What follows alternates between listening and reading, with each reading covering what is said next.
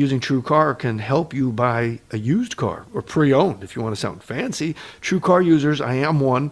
I have the TrueCar app on my phone. I love my truck. I knew what I wanted on my truck. And with the TrueCar.com and the TrueCar app, you get to see what other people have paid for that vehicle, so you know when they're going above the price. And what TrueCar does is they locate the vehicle for the price you want. On average, TrueCar users save over $3,000 off MSRP. Connect with your local certified dealers of your choosing so you can enjoy a quick, easy buying experience. Over 3 million cars have been sold. I got one of them by TrueCar users. TrueCar Certified Dealer Network, over 13,000 TrueCar certified dealers nationwide. Save time, save money. Get the TrueCar app or TrueCar.com now. Put your name on it. Just put your name on it. That's all I say. Be a man or a woman. Put your name on it. Well, I'd like to hear about it, potheads. How the fuck you gonna know how to be great if you don't study greatness? Look at the game change. Donuts. If you want a battle, it's either that you will or you won't. You know, you're not a bad-looking man, Mr. Gals. But you are, Blanche. You are in that chair. There's something wrong with us. Something very, very wrong with us. Hey, man!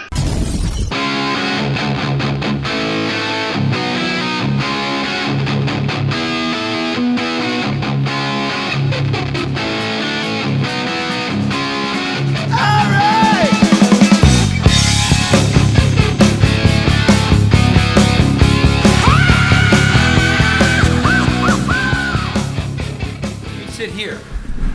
Well, we'd be next to each other. Next to each other? In a green room, so like all of our or one of us would be standing or the other one would be sitting at an awkward thing. Yes, true. Like at naval level. So you're comfortable with this.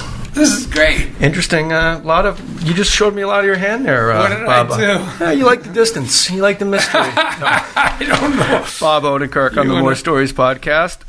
Long overdue. I wanted you since I started a podcast. Oh, that's nice. Because you fascinate me. Well, I love your book on SNL. I think it's great that you shared your personal experience there in such a honest, personal way. Go on. Well, I mean, in a way, there's a lot about that show that's been told, and doesn't need to be told again. But I think if a person shares their very personal experience, it's unique, and I think yours is a great, unique addition to that. I appreciate it. It's a bit of it's been, but much of what you felt is something anybody feels, and certainly me, I felt it too. The feeling of. I thought I was hired here because you like me. Well, yeah. Why isn't anyone asking my opinion? I thought you liked me. I didn't. The fact that you felt that, because I feel, so you can't walk away from it, right. I feel you are truly the upper 1% of comedy writers ever in the history of pen to paper. Like, Mr. Show is the most meta, impossibly put together seamlessly. Like, this sketch turns into something that's in the TV, and turns into a living room, which turns into a painting, and then at the end, you're back into the TV. Right. Like Tim and Eric do that a bit. Yeah. If people want to know what it's like to do acid, if you've never done acid, the first time I saw Tim and Eric, I go, that's LSD. Yeah. That's sketch form. Yeah, I know what you mean, and I agree, and I think that the thing that people don't realize about that is it looks a little messy, but you have to have a instinct for it. Those guys do, to make it work so that you watch it and go, it makes you smile, it just kind of is right, even though it's ludicrous and kind of arbitrary. It's not. It comes off your taste. It's precious. Yeah, it's like I think about David Lynch movies. I was just watching Wild at Heart, which is so fucking weird. It's so fucking weird. He's weird, but it all makes sense. He can't hear us right now. It makes some kind of dream sense. It really does feel like a dream you're having. That he choreographed. Anyway, David Lynch does the narration at the top of Girlfriend's Day, Your show on, this by the movie, way, it came out on Valentine's Day. So if you're listening to this, go to Netflix. Girlfriend's Day on Netflix. You specifically for this character. If I went through a Rolodex of people who was going to make a big comeback writing the new holiday Girlfriend's Day cards, I'd go, oh, this like Odenkirk would crush this guy.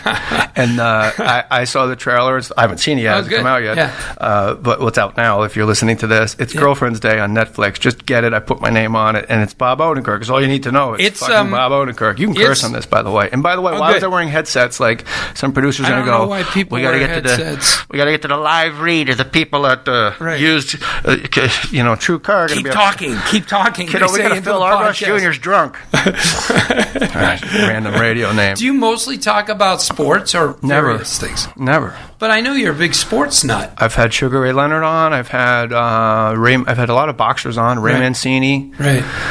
But you don't talk about sports. No, I had a past tense had a radio show, J More Sports, that I had. It was wonderful and fun. You going to do another one? No, ran its course. I assembled the most beautiful group of Twitter followers and positive only, policing themselves. My stand-up audience just vetted itself. Wow. In 3 years, like what you want your dream audience to be. Yeah.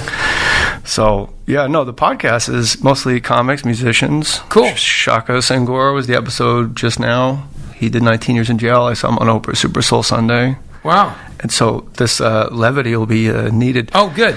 Well, what I noticed about SNL, and that you identified with SNL, first of all, the impossibility that I'm the guy that wrote the book of what happens Monday, Tuesday, Wednesday, because everybody else went, this is an oral history. I called people, they told me stories. Yeah, right. Shell's book and stuff. Mike Myers never felt like he had a job. Right. Those sketches were perfect. Right. And the fact that they even get to a rewrite room and guys are arguing like, I don't even know what a shiksa is. Like, no, it's perfect. Right. Maybe you could be shorter. Right. But you said in an interview, I think it was on who cares what it was on, that in sketch, the words, nobody really reads the words. So as long as the energy is there. Right. Do you remember this? No, but But with your sketches, the words are what really profoundly hit my tuning fork. Well, interesting. Well, I think Mr. Show, in a lot of ways, was like a writer's show. But the best sketch is great writing, great ideas, and great performance. And second to that would be not very good writing, great performance. I mean, if you've got a great performer in your sketch, it's going to be fun to watch. Yeah. And never is it good enough to be great writing and the performance is shit. That's not going to make anyone happy. The writing is not really the star in sketch. The performer is. The performance is what's awesome about it.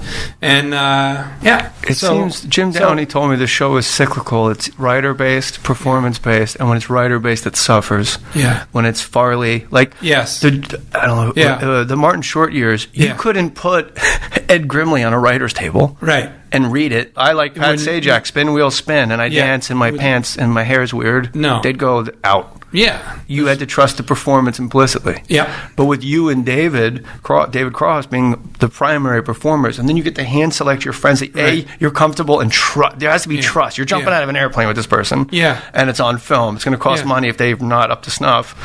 What was the largest the cast ever was? Like 6, 7? And we would use people just for fun, people would pop in. Janine Garofalo did one sketch and Jeff Goldblum did a voiceover. But it was like 6 or 7 people. Paul Tompkins, Jay Johnson. I love Jay. Jay's so funny. And Paul F. Tompkins is great. His stand-up special, Driving and Crying. Oh, yeah. He's great. We'll go to the Magic Castle. He's one of my favorites. And the guy in the painting, did you see this bit? The guy, no. It's a portrait, but the guy's obviously wearing a wig in the portrait. Yeah. So he reenacts the guy like, before we continue, and he just is the only he could, I'm not going to do it justice because his words are capital W words like yours. What's the sustainability of sketch comedy? It seems impossible and proven impossible with the exception of Saturday Night Live, of having a sketch show go very long, because at some point it either goes to talk show or game show. That's the default, like, fuck it, we'll do it. Yeah.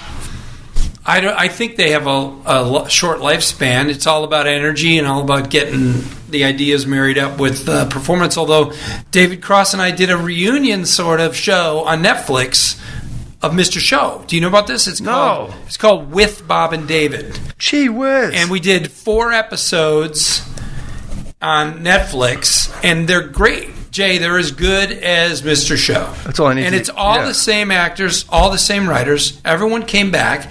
We did it in 4 months, and we had the greatest time. You'd love it. And I play a guy in. It's like an ESPN documentary special, and I play a skier who coined the phrase "let's get it over with," because he, up till then, downhill skiing was not about speed. It was just about getting down the mountain, however long it took you. So it took days for people. It was leisurely. And he was the first guy who was like, I fucking hate skiing. I'm going to get down as fast as I can. So he established that being what mattered. The advent of needing to only time. Because he hated the sport. Yeah. So it's like the concept of the advent of timing guys coming down. Because one guy came down so quick because let's just get it over with. You're like, holy shit. He beat the second guy by 7 days. Yeah. 7. They're still up in the mountain. They got a campfire going. They're making soup. Wow. Netflix It's a funny bit. You would love it. Netflix was already the hippest, and I've never had any business or association with them, so it's not me just washing balls with the corporate conglomerate. Here in this complex. I'll go say hi to a few important people then later. Hi, I'm author and director Mick Garris, inviting you to download my new podcast, Postmortem, to hear from the greatest filmmakers and creators of your worst nightmares. Check out new episodes every other Wednesday on PodcastOne.com, the Podcast One app, or subscribe on iTunes. Yeah. But Girlfriend's Day on Netflix, I can't wait to see it. Super important film, by the way. It is. Very important. It's a noir film about the greeting card industry. I play a writer who has no love in his life, hates all people and himself, and needs to write a romantic card to win this contest, this Girlfriend's Day contest. Used to be a great romantic writer. Used to be. Card Writer of the Year. Years ago. The Bill Shakespeare of greeting cards, of romantic cards. And there's a murder, and it has to happen because, Jay, it just hasn't been covered by the, liberal media. The mainstream media is afraid to take on the open card industry. Yeah. They want to blow Blue Mountain Arts and their fancy schmancy things. Right. I always wondered who wrote those. Never. But then when Blue Mountain Arts cards, those are the ones that are super long at gas stations. And they look like somebody just painted them very finely. You're a daughter because, and when a daughter looks into and you're Jesus Christ, this came from somebody's porch. Well, that's for people who never spoke to their children in their lives. Or spoke too much. Right. And shared too much. And they need one card to say everything that they should have said. And that's why I make love to your brother. Because I share too much, and here's my Blue Mountain Arts card. I remember Brian Regan on Letterman once going, some cards are blank inside. Whoever that guy is just laughing at the bank. I'm selling him a crease. There's nothing inside. So Girlfriend's Day becomes a new national holiday. Yeah. And then you're the guy. There's a contest to who can write the most romantic card. And the card companies want to own that card, of course. Makes sense. And so they're kind of underhandedly trying to get the writers to write it and to own it. And it all explains itself. I like that the actuality of what we go through creatively is in this movie, because I didn't get that from the trailer. I knew there was murder and mayhem and kooky and the actual you, and the cast is great. But the fact that there's a corporate overlord. Yeah. We own your cattle. Stacey Keach. We, Mickey Stacey, I remember as a kid being so confused by the ad. Yeah. Stacey Keach is Mickey Spillane's Mike Hammer. I'm wait, I don't know what the fuck's happening. Yeah. Who's what now? Yeah, right. The fact that people don't realize you do a show with your buddy and it's perfect, and then there's a corporate entity that goes, so we own 90% of it. You're no, we created this. No, they own 100%. Well, I took a whack at it. Yeah. Respect the swing at the piñata, Not only do they own it, the truth is about Mr. Show that's so weird is 2 companies own it. They don't like each other. One of them owns the thing itself, the actual stuff we shot. The other one owns the future creative rights to it, which there aren't any unless we write more. Netflix. Like you go to Netflix. No, Netflix doesn't own any. No. We had to come up with a different name. So if you do the Mr. Show. So you can never do Mr. Show again. Like Prince doesn't own his name, he's going to do a symbol. Right. Okay. Just because a company owns it and they won't let us. Why own it if you won't let the two people who make it? You know what I mean? Because that's all they do. They're idiots. They just own things. They're actual idiots. It's like when you try to get on Twitter and somebody owns your name and it's a teenager in Chicago and he wants $200 and you go, I'll send you a pile of cock and dog shit. Can I have my name? Then now I don't want it. I could just do, with Bob and Dave on Netflix. Yeah. Your book, A Load of Hooey, is silly stuff. I think one of the most underrated things because Jay, you're too nice. No, I mean, I've told you this to your face in green rooms, in passing. Yeah. I've always told you the truth. I got no reason to wash your balls. Just the speeches, like the Churchill stuff, and then the add-ons. And it was some interview I saw. It was a while ago. You said, I like to imagine the greatest men that have ever lived just having a fucking terrible day. Yeah, right. And you said Martin Luther King Jr. And I'm like, oh my God. Worst speech ever. That's so damn funny. Well, he had one of his speeches was the worst of all of them, right? Which one? I don't know, but the point is, in his life, he gave a lot of speeches. There's one of them was awesome. I Have a Dream. I think even he would agree. Called his own death. One of them was probably horrible and an embarrassment, and he wishes he could forget it. If he's in heaven thinking about it. You're right. I never thought of it. One of them was the worst. In what way was it the worst? My guess is he didn't plan anything that day. He didn't even know he was speaking. And he didn't sleep well the night before, or he ate something that set him off, and it was just a disaster. And what's in the speech? Imagine, what are some of the lines? Because we all as speakers. Oh, it's just a mess. I know. If you could take two sentences, but I don't want. He said he tapped the mic 3 times and said, "Is this on? Can anybody hear me?" Because he was getting no response. He was bombing. He bombed. Because every comic, you have sketches that you look at, and just by the law of averages and definition, you go, you know what? I can't believe I didn't see it at the time. The biggest piece of the pie wedge missing from this entire show was that this one sentence was in this sketch that could have threaded through. Yeah. We all have it. Yeah. So, yes, what you just said never dawned. I just enjoyed the comedy of this guy having a bad day. Yeah. The idea, that they actually go, if I had to rank my speeches and throw out the best and the worst, it'd be great to find out what that was. What Churchill. Really thinks that was. Yeah. Oh, what was the Churchill quote I love was, when you find yourself in hell, keep going. Oh, yeah. Well, that's a true quote. Right. But then the add-on sentence was, do you remember what it was? No, I don't. But please stop yelling. It's terrible for morale. Stop yelling. Girlfriend's Day is on Netflix, and all you need to know is the guy you love from Better Call Saul. Yeah, Bob Odenkirk. It's that guy. Yeah. How weird is it to wake up one day and realize, there is a 100% increase in people that recognize me that have no idea what I'm actually doing. Is the core of me. Right. And I'm an actor now on this great show. Well, I don't. I identify as the comedy writer, as a woman trapped in a man's body. I think of myself as the guy you know. The acting, I pour myself into it. I do my best. I take it seriously. I'm thankful to have this crazy new opportunity. But I just, when you do something for as many years as I've done comedy writing and sketch, that's who you are. And it's who I'll probably pretty much always be. And it's just, when people say I love your work, I do think of Mr. Show first. I don't think of, I know it's crazy because so many more people have seen Breaking Bad or Better Call Saul. So many more. 1,000% increase. Oh, it was more than that. And 50,000%. So suddenly people are seeing you at airports and going, oh my God, you're Saul. Yeah, and that has to be an odd adjustment because it's an adjustment that I kind of have to make every day. Yeah, you just keep forgetting, and the minute you're not in the public eye in some capacity, you're at home, I'm just a comedy writer. That's who I am. And I got paper out, and I'm trying to think of some comedy sketch or something. And that's just because it was my job and my calling or whatever, weirdly, for my life. That's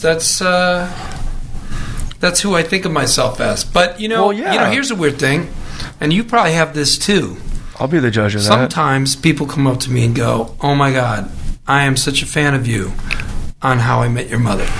Oh, yeah. And they almost don't know anything else I've done. How I Met Your Mother has these diehard fans. You were on How I Met Your Mother? Who only 6 times, maybe 4, maybe 7. I don't know. So I thought, something in there. I thought it was like a show that you weren't on. I didn't know you were on. No, How I Met Your I Mother. was on it Sitcom a few times. There's 200 episodes. I'm in 5 of them for which is a few 200 minutes. Mr. Show checks. Yeah. But do you have anything like that where people go, "You're so great," and then they name something where you go, I would never, that would not be in the top 5 things. I give you the top 50. I'll tell you the one I love so much. When you write those blogs for the Real Housewives of New Jersey that are on Bravo.com that I did for free 4 years ago, and I'm at an airport oh my God, your blogs were the best. Like a blog. Really? And I just did it for free, for fun, not realizing it took a long time to watch it, write it, have to watch it again and go, how do I tie in Spawn Ranch to how crazy these people are acting? Yeah. And I get that, but I get more, hey, where do I know you from? Yeah. Where do I, and I remember once I was at a Dodger game, and it was a big dude, and I don't know, I was just with a buddy, I had a rough day, and I go, "Do you understand the psychosis and what you just asked me? How the fuck would I know what you know me from? I'm not in you. Yeah. I don't." I was just read the guy his rights, and the guy goes, "No, but I know you from something, right?" I'm like, "I don't know." Yeah. And I was a dick. I could never answer that. Yeah. Well, I just had a kid take my picture. He goes, "Hey, can I get a picture?" Yeah. And then as I walk away, "What's your name?" Oh, yeah. I get that a lot. And I go, "Well, I don't know. You figure it out." He's like, "What?" I go, "You figure it out." "Can I have your autograph?" I'll say, "If you can tell me who I am." And they're like, "Come on. Yeah. You're the guy from The Thing. What show you come out on, dude?" Or you get it takes 20 years, I found Bob Odenkirk, who's on Netflix. Go to Netflix and just look up anything Bob Odenkirk. There's a search engine, and anything Bob Odenkirk, you'll be rewarded. Girlfriend's Day on Netflix. It took me 20 years to realize when people go, "Hey, I don't know them." 99% chance I don't know who they are if I'm somewhere else out of my normal routine. And it took me 20 years to realize it's okay and polite to go, "I don't think I know you, excuse me." Yeah. Because for the first 20 years you go, "What's up?" And the person's like, eh. And then you're like, "Oh my God, I'm in this Winchester mystery house of bullshit." Yeah. And I walked myself in. Yeah. I don't know the person, but we're so conditioned to be kind. Oh, dude. You can still be kind, but it is And you know kind. what's not fair about that is when you get to be in productions and stuff, you're meeting tons of people, right? Yeah. In a certain contained place, right? And so somebody will come up to you, I feel like I'd be considerate enough to go, "Hi, I'm Bob Odenkirk. We worked together on this one thing." That's how we were taught 10 years ago. Yes. I wouldn't assume you can place me if I'm in a different city. I'm not anywhere near that Different project. show. I'm fatter. I don't have as much hair. That's fat, buddy. Where do I sign up? Come on. Come on. I got the dad bod. I should be hosing my driveway down with this body. You've got to help the person out. And they don't. I just did an episode of American Housewife, and it was great. Right. But there's a grip, and there's a focus puller, and they're like, "Hey, Jay, what's up, man?" And I go, obviously, we worked together before. Sure, there is the a way they said it, and you know as well as anybody, because I believe you're the type of guy on a set.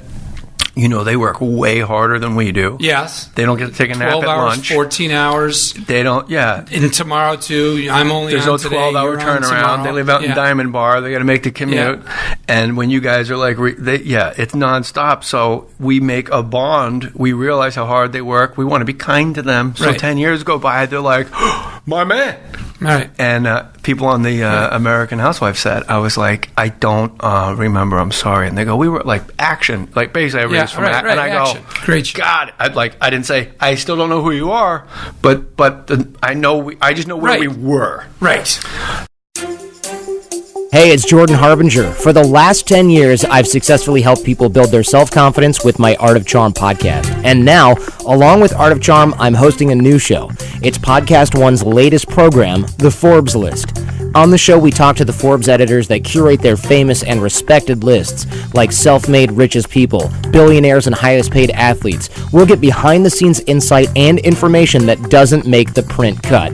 It launches this week, on February 16th, so please subscribe on iTunes to the Forbes List, and don't forget to rate us, review, and share. How hard is it to go from sketch comedy, where you control the ebb and the flow, the energy, the words, and where it goes, to doing a show like Better Call Saul, lost in the middle of it, where Sunday night, here's your script, see you at 6 a.m. tomorrow, Tuesday, see you at 6:30, Wednesday, see you at noon, we push, you're going to work till 1 a.m., you guess you can call your folks and let them know. Like, that's got to be at first. Well, I'll tell you the truth, the way this show works is not as impromptu as a regular series. Obviously, we only do 10 a year, and it takes forever. But that's because there's tons of planning and preparation. It's also because there's only 10 a year, because it's like getting a bald cap put on. Hold on. Well, if you're only shooting 10 a year, you have the luxury of time. It's like getting a bald cap put on, as you know. Right. If you have 3 minutes, they will slap that shit on your head. It looks great. If they send you there at noon for 11:30 live show, they will take 11 and a half hours to perfect this fucking bald cap. Yeah, right. So don't you think that's why it takes forever? No.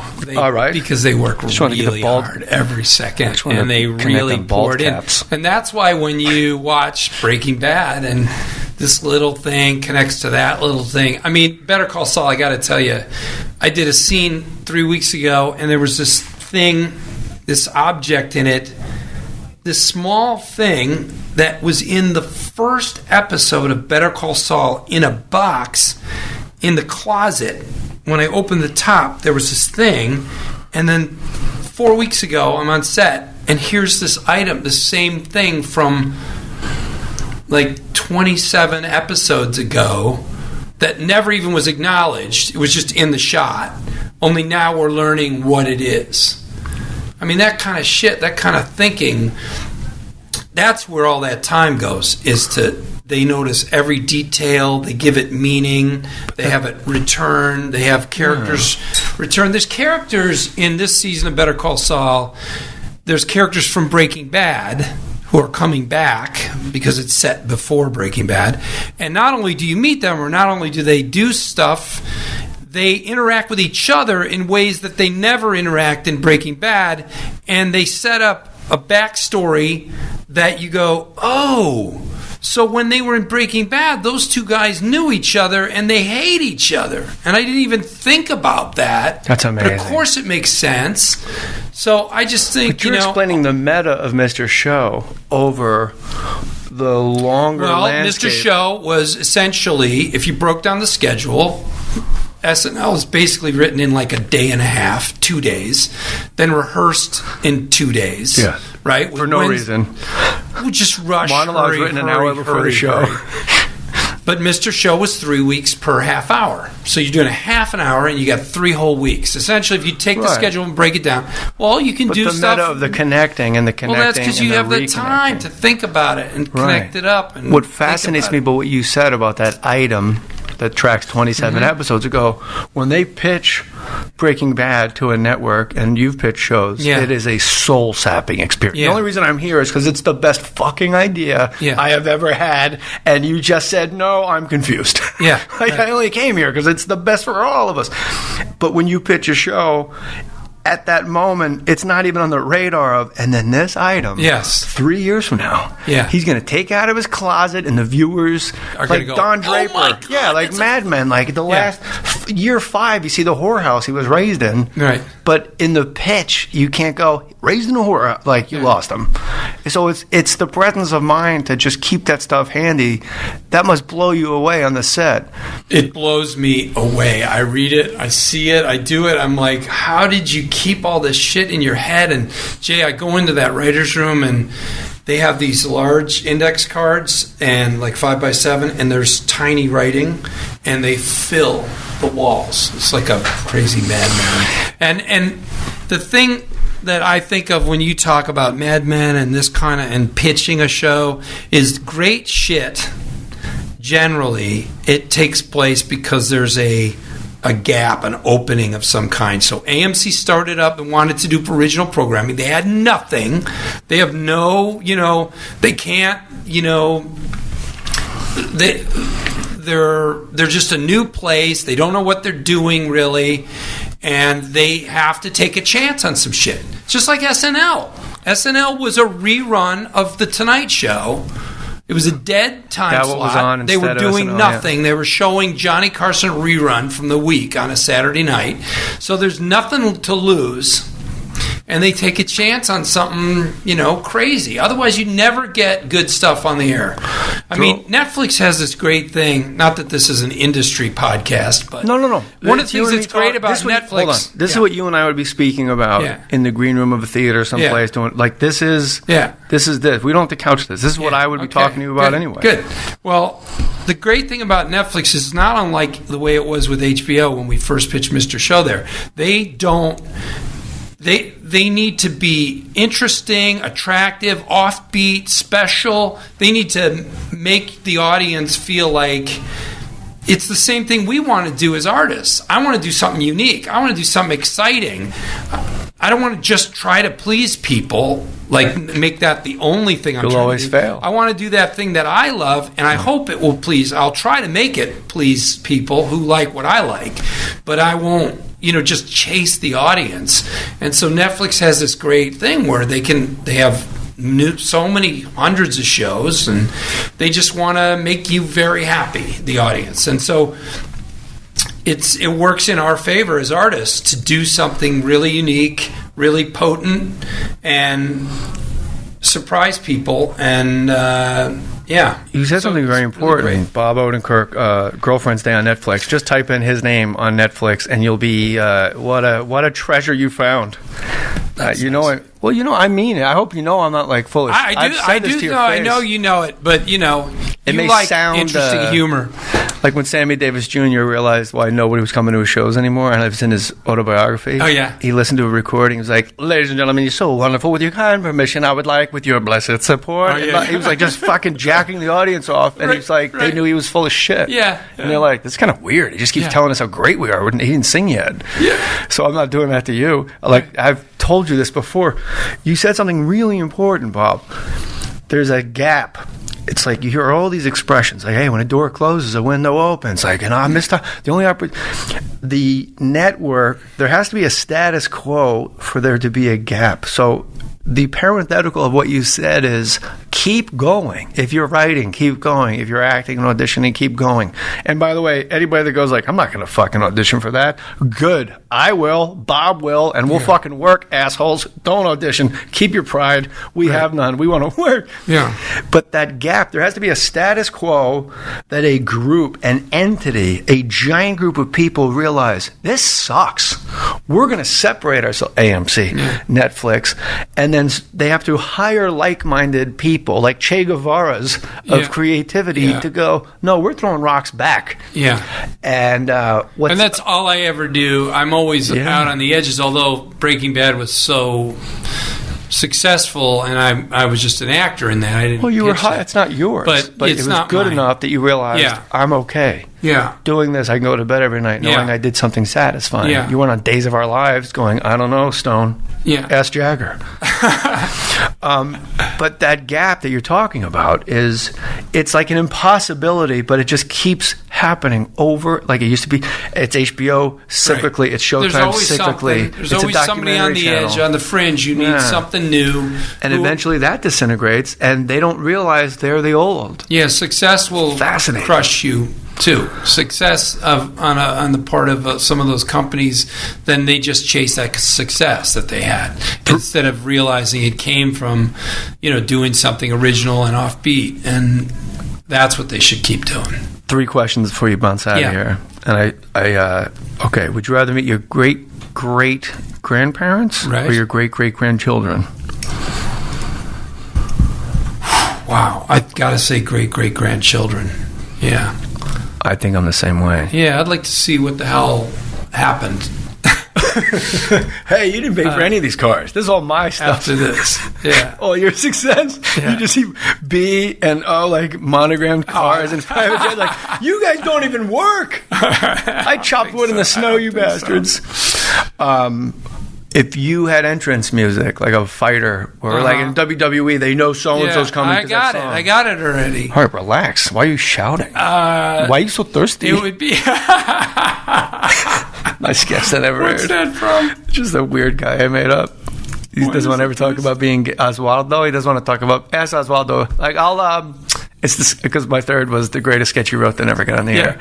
Oswaldo's obviously gay. What should I ask him? Like, how was your day? How's your day, Oswaldo? And then ask him if he's gay afterwards.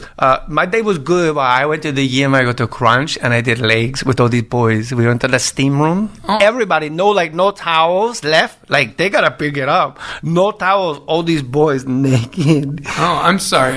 Is this okay? Are you gay? What was that, papi? Am I gay? Is that what you asked, Oswaldo? Yeah. Mira, papi, listen, I'm a man, okay? I'm a man. Am I gay? Cabrón, I'm a man. We did legs today, but he never answers. He never answers? I guess your silence tells me why it never got on the air. But just, why are you so thirsty? That's his exclamation for everything. Like if somebody falls down, oh my gosh, why are you so thirsty? If somebody's late, they like, why is he so thirsty? Just, I don't know why. It's crazy, just but the I stupid love it. Shit we Seems think of. Real. Seems totally real. Of course. Why are you so thirsty? What's the greatest sketch, in your opinion? The greatest sketch, in my opinion. That never got on. Oh, that never got greatest on. Greatest sketch ever. Anybody wrote it. I know what it is. Yeah, let's do both. It was actually shot as a short film. I have Smigel wrote it. Mine's shot. Dana Carvey. Chaplin. Charlie Chaplin, and it's the evolution of the Little Tramp character. I never saw this. It is so genius, and it was done as I believe it was a film that was done with the host from Turner Classic Movies going, early footage of Chaplin was found in an early film, and we can see if we watch this, the evolution of his Little Tramp character. Oh and in it, wait, this aired or did not air? It did not air, and it's genius. It is fucking. How'd they get Tom Schiller out of the way to film anything? I don't know. Inside, inside that pitch. So great. The evolution. Chaplin, Dana Carvey plays Chaplin. Okay, so here's what happens in it. Ready? Yeah. And they shot it really well. It's great. There's like a little like diner type restaurant, and there's a couple extras in it, and Chaplin comes in with this really dumb, not like Chaplin at all, costume, and we see in this early take, and then he walks in and does this really stupid shit, but off to the side is Lovitz, totally in the Chaplin character, doing something. He's just an extra, and Chaplin glances over at him, and then you see Chaplin go, cut, go again. And now he comes in. Now it's take two. And we see Chaplin's developing an idea. And all he's doing in each take is stealing a little more of the character from this extra who's in the film. He takes the bowler hat. He takes the cane. He does the walk. He has him show the walk. Get out of here. Shut up. Oh, so does he like naked, or does he cut him loose entirely? Like, he cuts him. He takes him out of the film. But he just steals the character over the course of like 5 takes. It's fucking beautiful. Where do you find it? Like, I can't find sketches that I don't think aired. there's anywhere. I don't think it aired, but they made the film. They never showed it. And if I would love to be mistaken if somehow they played on a different episode. Twitter, that's your perfect. assignment. It was perfect. Send what's your Twitter handle? Robert Smigel wrote it. What's your Twitter handle? Mr. Bob Odenkirk. All right, at Mr. Bob Odenkirk, at JMoore37. Find that sketch and tweet us and send it to us. Boy, if you can find it, I don't my brain goes, but what about the Lovitz guy? Is he wearing the clothes he came in with to begin with? That's me in the No, I think he's... No, you answered. I'm saying, like, just the difference of universes, of minds. Yeah. I'm over in this other galaxy going, is he wearing the exact clothes he came in with? Is he naked? Is he in, like, a duck suit? Like, what happens? Is he half and half? Is he wearing a barrel? I think in the end he just gets kicked out, but I don't know. I'd have to see it. I haven't seen it since that first play. Find it for us. Best sketch you wrote that never got on. Motivational speaker. But it got on. Huh? That never got, but it got on. Oh, that never got on. I don't think people realize you wrote that for live Yeah, I wrote it for Second performances. City. And Chris wasn't always the motivational speaker. You were. Well, I gave it to him right away. Oh, you never went out? No, I never did it. Oh, no, I gave it to him. I was in this cast with Chris at Second City. He did a voice because he did that voice, that kind of a coach. I believe he was playing a coach. And then I wrote that, and it's one of the, when you write sketches, there's a lot of rewriting, but one of the few sketches I wrote that basically is the way I wrote it. And you wrote the line, you're using your papers not for writing, but for rolling doobies. That's right, yeah. They beat that into the ground where I was in the one, Spade wanted out. Because he wanted to go to some party on rehearsal night. So I was in the all-Spanish motivational speaker. That's why he wanted. And I had a black wig, and Farley tousled my hair, and my wig came undone. And he would go cross-eyed because he knew when the cameras weren't on him. Yeah. And Lauren goes, and could you please stop laughing on camera? You're like, do you know what I'm up against? Farley's, my wig's crooked. Bob Odenkirk, Girlfriend's Day on Netflix. We could have done an entire hour with the Netflix show and just Farley. Yeah, you were beautiful in the documentary, and I was proud to stand alongside you any step of the way, my man. Thanks. Watch out, Girlfriend's Day. I put my name on it. Bob Odenkirk, Netflix. Type it in with Bob and David. The book is a load of hooey. That's real. I'm telling you, you just found a treasure chest. Welcome to how real comics think. Guys funnier and smarter than me. Bob Odenkirk. I love you, buddy. Thank you. All right, thank you, Jay.